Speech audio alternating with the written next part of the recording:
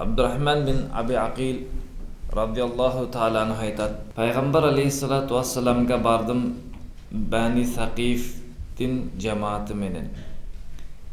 Eşiktin aldına töölөрдү çögördük. Жок болчу адамдардын арасынан бизге эң жек көрүнгөн адам биз кирип жаткан адамдан башка. Ал эми биз чыгып жатканда адамдардын ичинен эң сүйүктүү инсан ушул инсан эле биз анын алдына кирген инсан.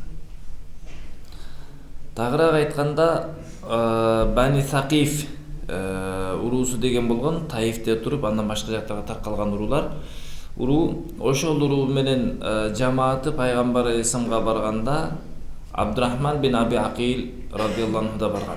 Бирок барып пайгамбар алейхисаламдын алдына барганда төөлөрүн чөгөргөндөн кийин эми пайгамбар алейхисаламга кирүүдөн алдын да абалыны баяндап атат.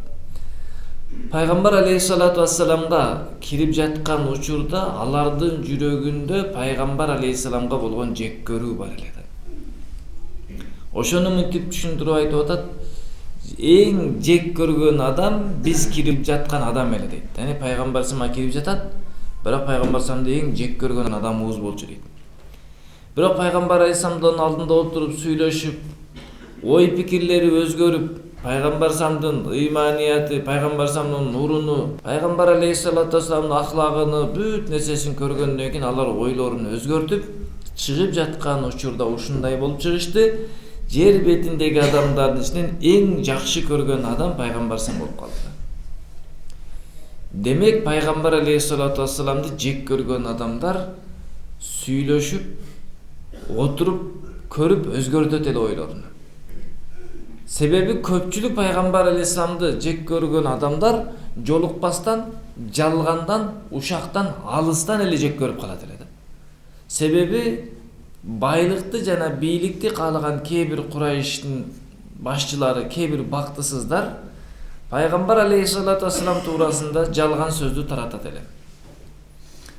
Булар атайлап бузукулук кылат эле. Булар акыйкатты жашырат эле.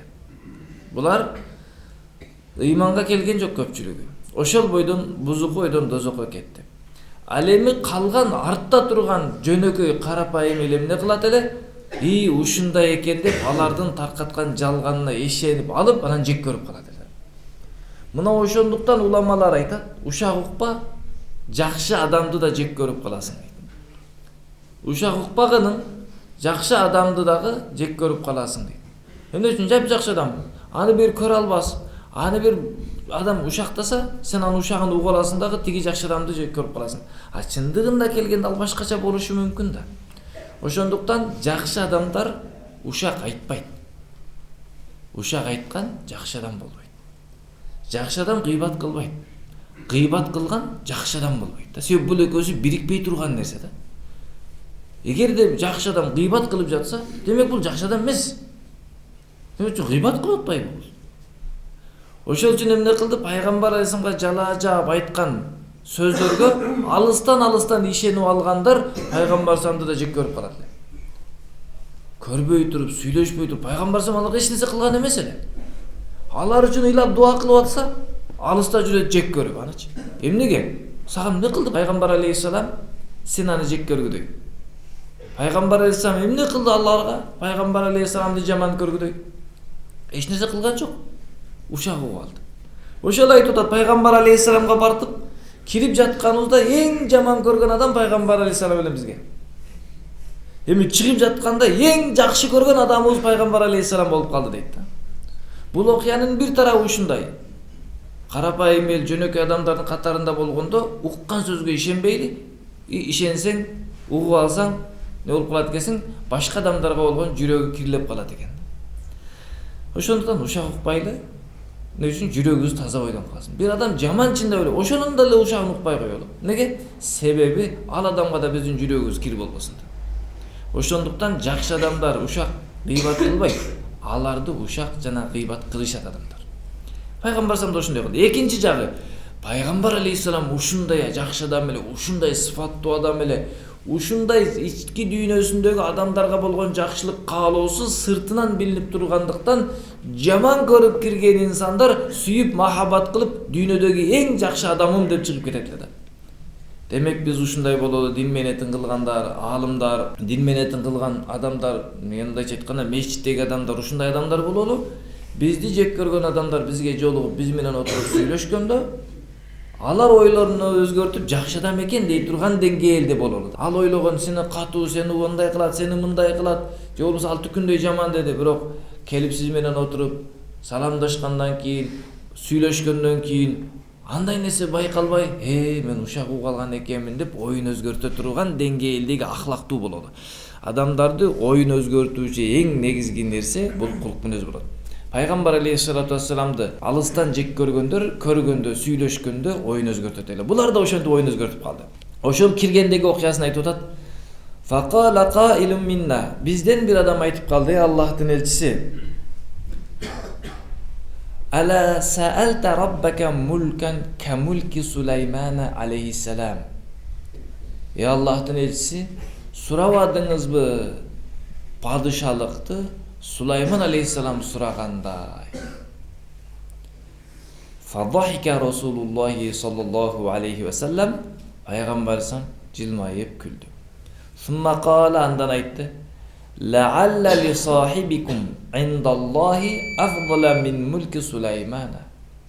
Балким силердин алдыңардагы адамдын Алланын алдында кадыр бар даражасы Сулайман алейхиссаламдын падышалыгынан да бийиктир деп айтты. Албетте Аллах Таала ар бир пайгамбарды жөнөткөндө бир дуаңды сөзсүз кабыл кылган деп айткан. Уада.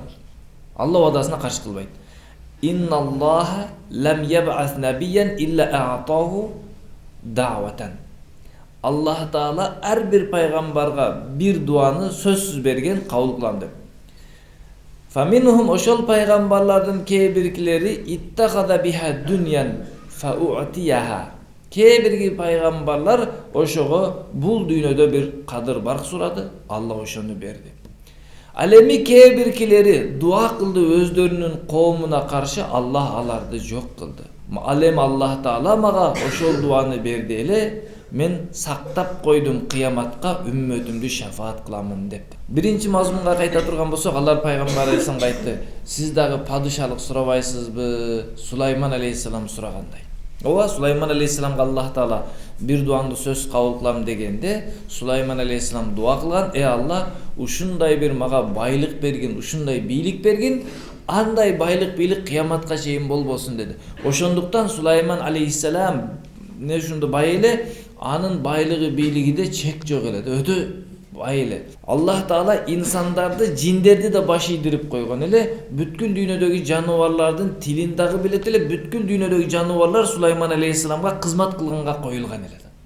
Бүткүл дүйнөдөгү жаныбарлардын баарын тилин да билет эле, куштар үстүнөн көлөкө кылып жүрөт эле, бүт жаныбарлар кызматына дайыр эле, жиндер дагы баш ийет эле.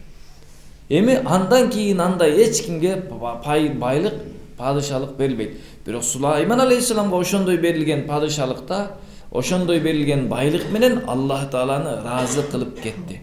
Бул мындай деген эреже жок. Бай болсоң Алла наразы болот деген.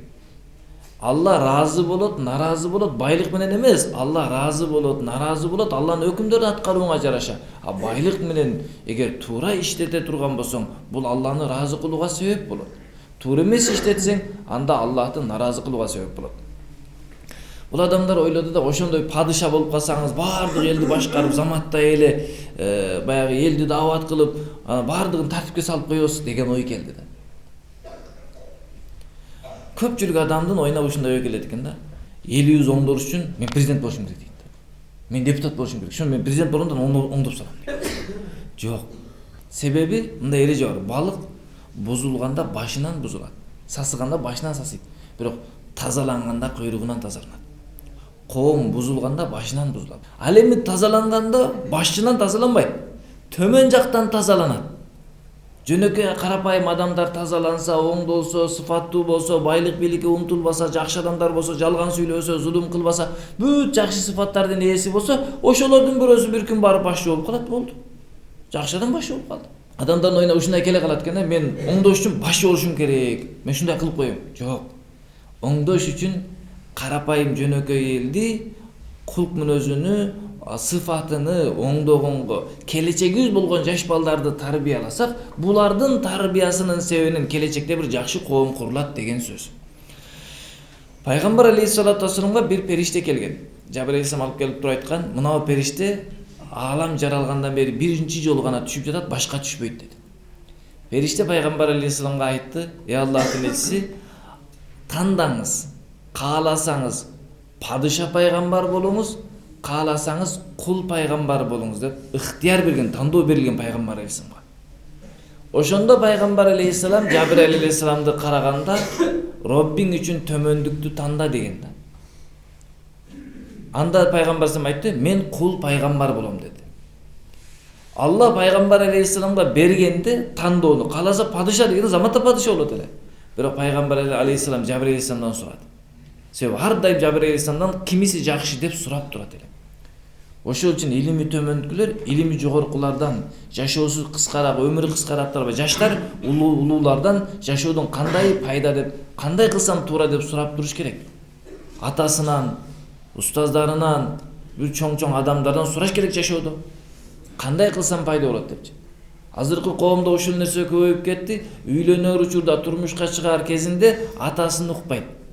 Эч кимди укпайт. Өзүнүн теңдеш досторунан сурайт: "Ушуну алсам болобу?" дейт. Алар айтат: "Сага жакса болот, аласың да" дейт. Бирок ошонун себебинен эмне болуп атат? Бүгүнкү күндө жашоо кургандар кайра ажырашып атат. Кече эле сүйлөшүп сүйүп албадың беле, жакшы көрө албадың беле? Мурдакы учурларда эмне кылат эле? Атасы жакшы көрөт эле, баласы үйлөнүп коет эле, болду. Эч ким ажырашпайт эле. Ажырашса 1% ажырашат эле. Жашап эле ошон менен баары жашап кет. Атасы барып тандайт: "Паланчынын кызын мен көрүп койдум" дейт. "Болсо кызым мен сен паланчын баласыга берем" дейт. "Ата сиз айткандай" дейт. "Мага раа көрсөңүз болду". Бүгүн эмне кылып атат? Улуулардан сурабай калдык. Пайгамбар Жабир алейхиссаламдан сурады. Жабир алейхиссаламдын эң жакын досу болгондуктан, анан кабар алып келип жаткандыктан билет кимисин биринчи тандасам болот, кимиси жакшы деп. Сурады эле пайгамбар төмөндүк тандады, "Мен кул пайгамбар болом" деди. Кул пайгамбар болуу менен пайгамбар даражасы түшүп кеткен жок. Пайгамбар даражасы кайра бийик болуп кетти. Ошол үчүн байлык, бийликти адам бактылуулуктун же болбосо жашоодо өзгөртүүдүн негизги себеби деп албаш керек. Негизги себеп адамдын ичи өзгөрүш керек бактылуу болуш үчүн. Бай болуш үчүн адамдын акчасы көбөйсө бай болбойт. Адамдын ички дүйнөсү тойсо, инсаптуу болсо, токпайсык болсо, болду. Байлыгы жок кедей дагы бай сезет өзүнү. Эгерде ички дүйнөсү тойбосо, бүткүл дүйнөнүн байлыгын берсе дагы эмне кылат экен? Өзү дагы тойбогондой байлык издеп турат. Мына ошондуктан эмне кылды пайгамбар алейхиссалату вассалам айтты: "Сулайман алейхиссаламдын падышалыгынан көрө мага Аллах таала чоңураак нерсе берди" деди. Дуасына Сулайман алейхиссалам падышалыкты сурады. Кээ бир пайгамбарлар коомуну жок кылды, а мен кыяматка үммөтүмө калтырып койдум.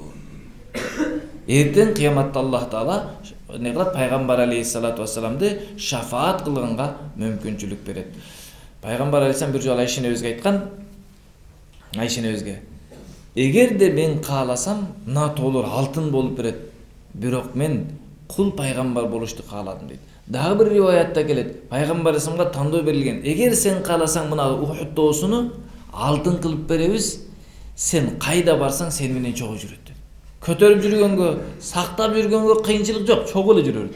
Тоодо алтын кылып берейин, сен иштет ушуну десе, кимге? Пайгамбар алейхиссаламга. Алла жолуга, динге иштет десе да пайгамбар алейхиссалам не деди? Жок. Пайгамбар алейхиссалам жок, курбанчылык. Аны тандаган жок. Ошол үчүн эмне кылып атат? Бул жерде пайгамбар алейхиссалам алса адамдарга түшүндүрүп атат. Аллах мага берген дуаны кыяматта үммөттү шафаат кылыш үчүн, куткаруу үчүн калтырып койдум дейт.